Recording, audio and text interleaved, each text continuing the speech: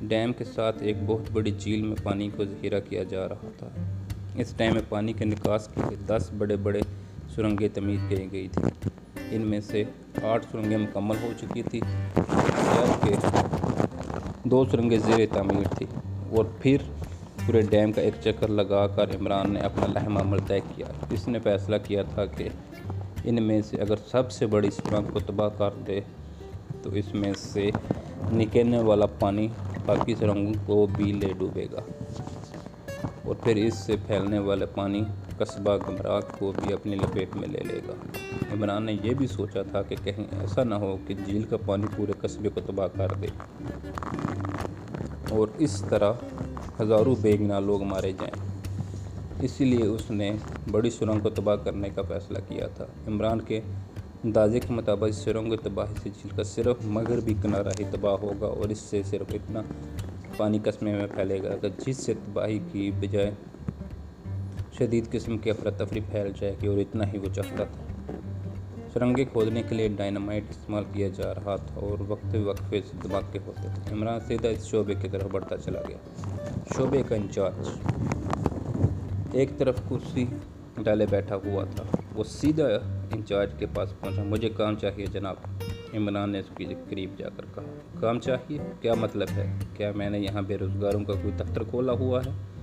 Incharge نے کرخت لہجے میں جواب دیتے ہوئے کہا، جناب میں ڈائنامائٹ کے استعمال کا خصوصی تربیت حاصل کی ہوئی ہے، آپ تقریباً میری کارکردگی سے خوش ہوں گے۔ عمران نے بڑے عاجزانہ لہجے میں کہا، خصوصی تربیت لی ہوئی ہے، پہلے کہاں کام کیا ہے؟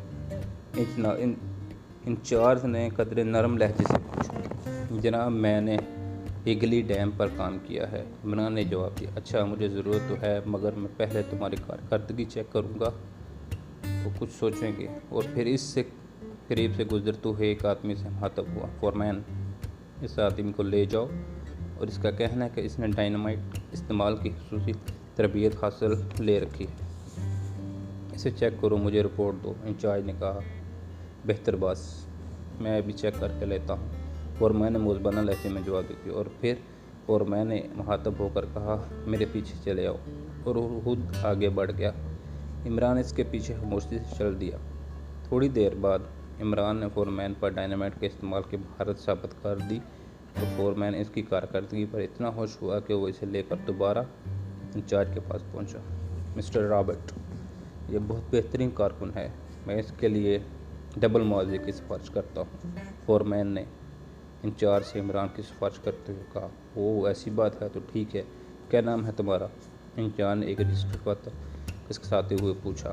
ہاشم، عمران نے جواب دیا اور پھر چند لمحے بعد غلط تفصیلات بتا کر جان چھڑا لی اور فورمین کے ساتھ واپس سرنگ کی طرف چل پڑا۔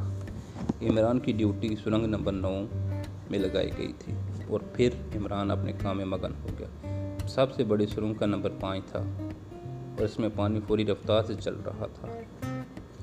یہ سرنگ تقریباً 3000 فٹ طویل تھی اور اس میں سے گزرنے والا پانی اتنا ہی تیز بہہ رہا تھا کہ اس کے شور سے ہی کان بڑی آواز سنائی دے رہی تھی۔ آرام کے وقفے کے پر عمران ایک طرف ہٹ کر بیٹھ گیا۔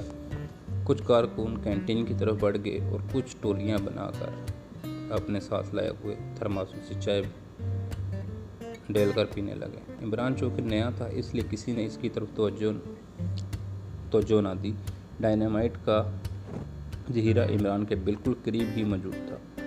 عمران نے ایک لمحے کے لیے ادھر ادھر دیکھا اور انتہائی طاقتور ڈائنامائٹ کی 10 سلاخوں کا پیکٹ اٹھا کر اس نے بڑی پھرتی سے اپنے لباس میں چھپا لیا۔ پھر وہ اٹھا اور ٹہلتا ہوا زیر تعمیر سرنگ سے باہر آ گیا۔ ہر شخص کھانے پینے اور آرام کرنے میں مصروف تھا، اس لیے عمران بڑے اطمینان سے سرنگ نمبر 5 کی طرف روانہ ہو گیا۔ اس سرنگ کے قریب مسلح فوجیوں کا ایک دستہ پہرا دے رہا تھا مگر انہوں نے پھر اپنی سٹین گنیں اس طرح رکھی ہوئی تھیں کہ وہ بھی ایک جگہ اکٹھے ہو کر چائے پینے میں مصروف تھے۔ عمران سرنگ کی دیوار سے ہوتا ہوا آگے بڑھتا چلا گیا۔ سرنگ نمبر 8 خالی تھی، وہ حال ہی میں تعمیر ہوئی تھی اور ابھی اس میں سے پانی نہیں گزر رہا تھا۔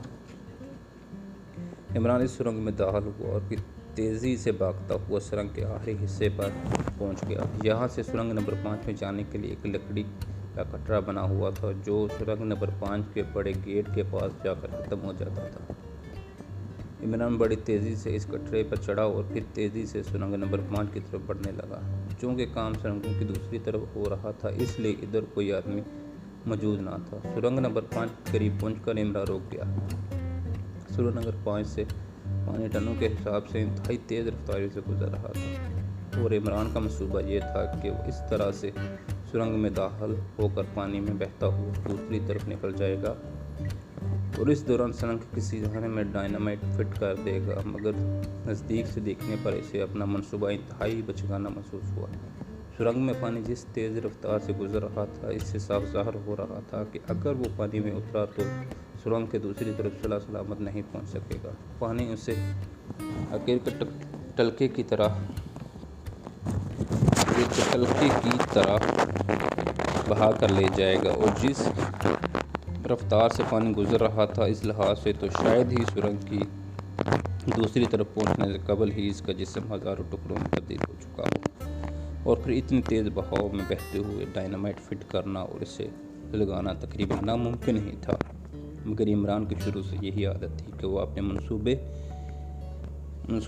رد نہیں کیا کرتا تھا، اس لیے اس نے جیب میں ہاتھ ڈال کر ڈائنامائٹ کا بھیتر سنگارا والے مخصوص قسم کا لائٹر نکالا اور پھر اس کی کارکردگی چیک کر کے اسے دوبارہ جیب میں ڈال لیا۔ یہ لائٹر اسی قسم کا تھا کہ اس پر پانی اثر نہیں کرتا۔ ڈائنامائٹ کی سلاخوں پر بھی مخصوص قسم کی پلاسٹک چڑھائی ہوتی ہے، اس لیے اس کا بھی پانی میں بھیگ کر ناکارہ ہونے کا خدشہ نہ تھا۔ اور پھر عمران نے ادھر دیکھا اور دوسرے لمحے میں اس نے آنکھ بند کر کے پانی میں چھلانگ لگا دی۔ پہلے چند لمحوں کے لیے عمران کو یوں محسوس ہوا کہ جیسے وہ کسی سلک ٹین سے باہر باندھ دیا گیا ہو، جسے انتہائی تیز رفتار سے چل رہا ہو کہ پورا جسم پانی میں لٹکو کی طرح گھومتا ہوا آگے بڑھا، مگر جلدی ہی اس نے اپنے آپ کو سنبھال لی اور وہ پانی کی سطح پر مچھلی کی طرح لیٹ گیا۔ پانی کی رفتار چونکہ انتہائی تیز تھی اس لیے جلدی سے ہی وہ سرنگ کے اندر پہنچ گیا۔ سرنگ میں گہری تری بچھائی ہوئی تھی۔ پھر عمران کو یوں محسوس ہوا جیسے اس نے کسی اندھے کنویں میں چھلانگ لگا دی ہو۔ عمران نے سرنگ کے اندر پہنچتے ہی اپنے جسم کو مخصوص انداز میں حرکت دی اور پھر جلدی سے وہ سرنگ کی دیوار کے باہر پہنچ گیا، مگر دیوار کے ساتھ پہنچتے ہی باوجود اس نے اس بات کا خیال رکھا کہ اس کا جسم دیوار کے ساتھ رگڑ نہ کھائے، ورنہ اسے یقین تھا کہ ایک ہی رگڑ میں اس کے خوبصورت جسم کے چیتھڑے اڑ جائیں گے۔ سرنگوں کی اندرونی بناوٹ کے متعلق اسے پہلے سے ہی معلوم تھا کہ یہ ڈیموں کی صورتحال میں بنائے جاتے ہیں، یعنی ایک ڈبہ باہر کو نکلا ہوا ہوتا ہے اور دوسرا ڈبہ اندر کو ہوا تھا۔ اس سے یہ فائدہ ہوتا تھا کہ پانی کی رفتار دیوار سے ٹکرانے کے وقت کم ہو جاتی تھی اور اس طرح دیوار کو پانی کی مسلسل رگڑ سے نقصان نہ پہنچتا۔ عمران نے تیزی سے ہاتھ مارے اور پھر پانی کی سطح سے بلند ہو کر ایک ہوئے ڈبے کا کنارہ میں اسے ہاتھ میں آ گیا۔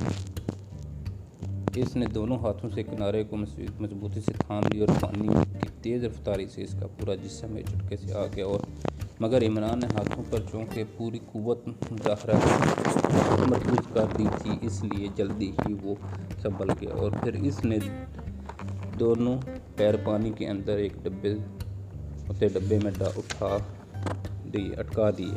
اب عمران کا جسم آدھی پانی سے باہر اور آدھا پانی کے اندر تھا، وہ کسی چھپکلی کی طرح دیوار کے ساتھ چپٹا ہوا تھا۔ چند لمحے وہ اسی حالت میں کھڑا رہا، پھر اس نے ایک ہاتھ کو کنارے سے علیحدہ کیا اور جیب میں ہاتھ ڈال کر ڈائنامائٹ کا پیکٹ باہر نکالا۔